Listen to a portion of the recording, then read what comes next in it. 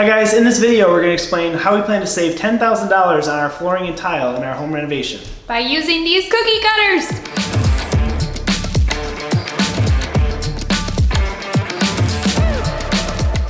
So if you're like us, currently working on a home renovation, you're probably feeling the inflation blues. We know we are. Some of the sticker prices on flooring have been absolutely shocking. It's over doubled in price since we last redid a house. Yes. It's bad. So if you guys know us, you know that we love beautiful, grand looking homes. But if you do it yourself, there are so many ways to get that look without having to spend a ton of money. There's so many tips and hacks out there, and so we're excited to show you guys some of ours. Stick around to the end of the video to figure out how these 3D printed cookie cutters are gonna save us about 2,000 bucks. So in our last house, Sarah and I installed real hardwood floors, and we absolutely loved the look and feel of them, but we felt absolutely sick about paying $6 a square foot at the time. We went back to Lumber Liquidators to look at that flooring again for this house, and almost puked because it was $8 a square foot now. So just because of inflation and lumber costs, all building supplies have gone up dramatically. But the good news is we have a way to save over $6 a square foot on your hardwood flooring if you're into that. My mom used this trick on her house and it worked awesome and it looks beautiful. So what you do is you buy this stuff. Comes in little bundles. So it's either called oak cabin grade or utility grade oak. And basically what it is the throwouts from the sawmill. So that sounds bad, but I'm gonna show you all these. They're actually not that bad. So this one looks pretty good. Just has maybe a little like chip out of it. Let's look at a few more pieces. This one has maybe a chunk out right there. So what's really cool about a lot of these is that they're really unique looking. So this is oak, but it has kind of like a really unique pattern on it. This particular piece might look bad amongst a bunch of other perfect pieces, but if you have a bunch of imperfect pieces with knots and things, it ends up looking really cool once it's all finished. So that's kind of the look we're going for, a little bit more of that old age kind of imperfect feel, that rustic feel in this house because it's supposed to be an older Tudor style. So this oak flooring we got for a little over $2 a square foot. I think it was like $2.12, something like that. So you're saving a ton of money and getting a really unique look that way. So there's a couple extra steps you have to take that we're gonna be doing, and we're gonna show you this project later, but basically you have to sort them into different piles. So you gotta have your, like a short pile, a mediums, and a long pile. And then you have to throw out ones that are too damaged or just too big of knots. And then what you do is if you do have a piece with a knot in it, this is not a great example, but sometimes there'll be pieces with bigger knots. You're gonna fill that with epoxy. And then once you sand it, it'll look beautiful and it won't dip down, you know, like a knot would normally. So, but you sort them out, you have to install them, and then you have to refinish them. So it's an extra step, but it's saving us a ton of money and it's gonna have a really unique and cool look. Look how pretty this looks, you guys. We are going to be putting a poly over this just to keep it natural, just a clear poly without stain because we really like the lighter look. And also staining can be a little bit tricky to get it to look really perfect. So we have about 1,300 square feet that we're gonna be covering in hardwood floors. So we ordered 1,600, it's just a little bit extra in case there's some throwaways and stuff like that. But that would have cost us, hold on.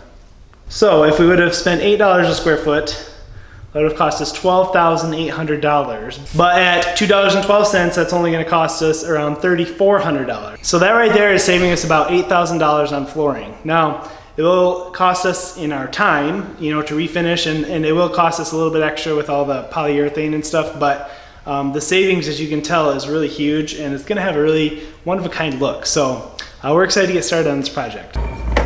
You like that one too? Ooh. What about this one? Do you like this one? Mm-hmm. That one's Mama's favorite. You guys might think this is a little silly, but I found this tile at the tile shop. I will show you guys a picture of it.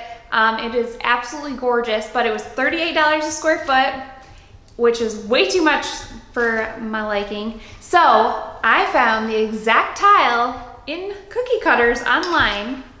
Apparently that's a thing. You Google anything, you can find it, I swear. So we got some cookie cutters with the exact tile shape. These are, I think, like 3D printed. Nice little business she has going. We'll leave the link below if you want to try the same thing. What we're gonna do is actually stamp these out, either using clay or concrete. We're gonna be doing a bunch of trial and error, and then we're gonna be glazing them all, and we're either gonna be doing black or terracotta, we're not sure. So that's gonna be just a fun experiment. These will be a backsplash tile, so not anything that you're stepping on. I have no idea the durability of this, but as far as a backsplash that's not getting walked on, I think it'll be great. I also might be using it in my sunroom. So if it goes well, it's gonna be awesome. So stick around for that project. So if you guys remember, this that we're standing in now is our kitchen. So this whole back wall will be like a wall of appliances and cabinets, and our stove with our beautiful vent hood. And then probably tile backsplash all the way up. And then we're also gonna be having tile backsplash on the back of our island right here. So that as you walk in, there's just a lot to look at, but hopefully it's all cohesive and kind of goes together. So it's just a lot of tile, and tile is so expensive, but it's such like a great way to make a statement in a room. Every room should have like one statement piece at least, but paying $38 a square foot is like not really doable for most people because that's ridiculous. So we are going to be trying to make our own. So we will show you guys if it works out, hopefully. And if not, we gotta figure something else out. One idea we have is to do like these beige, creamish colored cabinets, just nice and soft. And then our backsplash is going to be this really beautiful greenish blue, kind of like subway tile, but it looks very like organic and artisan. It's so pretty, I'll show you that. We're not making those ones, but they're so pretty. And then I think on the back of the island here, where chairs will be, we're going to be doing these, but they're gonna be different shades of like blacks and grays with a nice glaze over top of it. So I think that's our ideas. The other idea would be to do terracotta of these on this backsplash with more green cabinets and then something else different on the island. So we'll show you some like inspo pics and tell us which one you like below. They're both a little bit different and kind of different feels. So green cabinets are kind of popular right now though.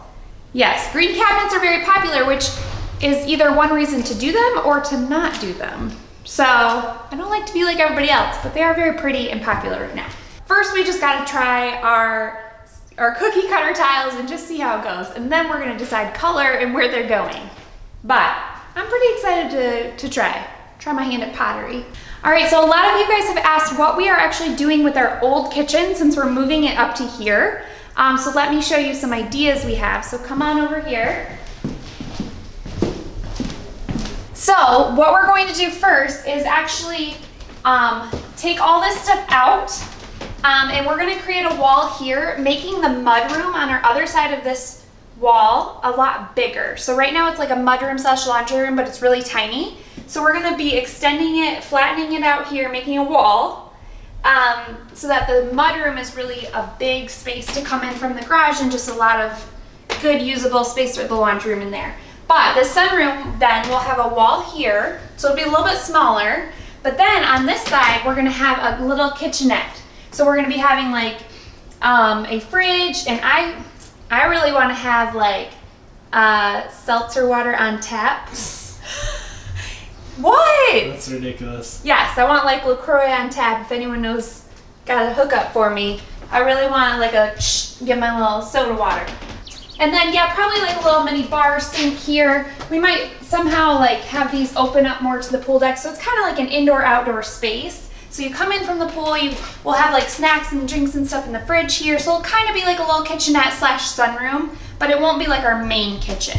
And then in this room, I want to go a little funkier with designs, kind of like we did in our last sunroom, which is like bright colors and just like kind of fun indoor-outdoor spot. So that's my plan for this room.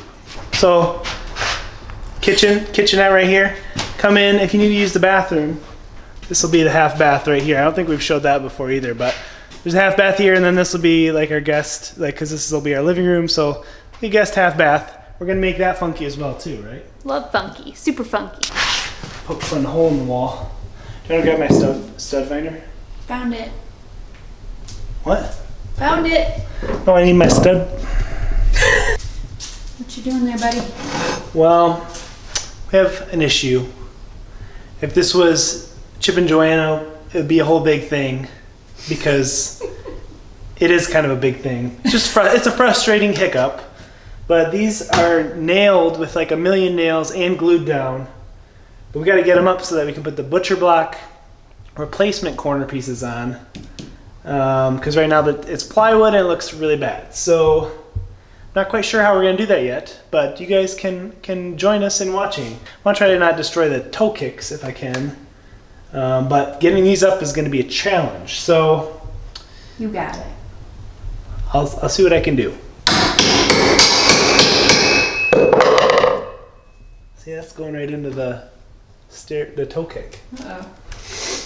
So I need like maybe my big crowbar with like some leverage. I could like pry it up. Can you just put the butcher block on top? On top of that? Yeah, and curve it around. Ugh, what? Yeah. No, it's not much of our flooring here. Okay. That's my is that a fulcrum? Anyone remember? Is that physics? What is that? Fulcrum? Science. Fulcrum. That's what it is.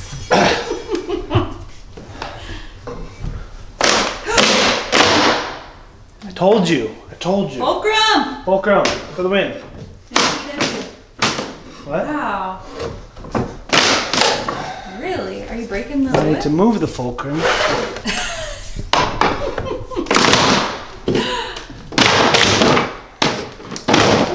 Who said your college degree wouldn't come in handy? Science major. Science. What? Got it. That was way too easy. So it's in one piece too, which means we can use it for the template for our butcher block. So perfect.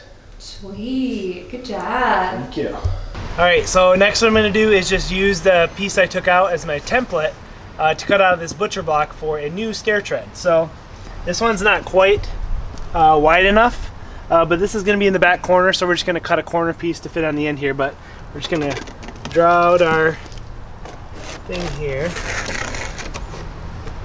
Pretty easy. And then I'll just cut that and it'll fit right in place.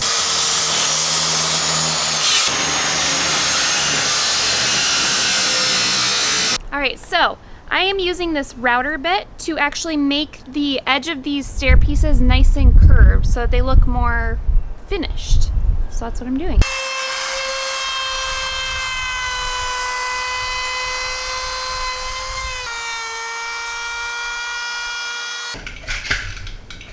What you doing?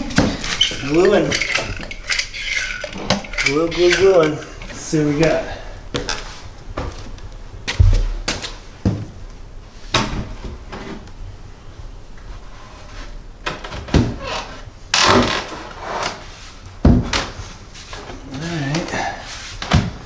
Looks pretty good.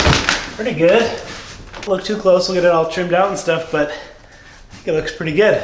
So we're gonna keep working on this stairway project and hopefully it'll be finished by next time you see it. So thanks for watching, guys. We'll see you next time.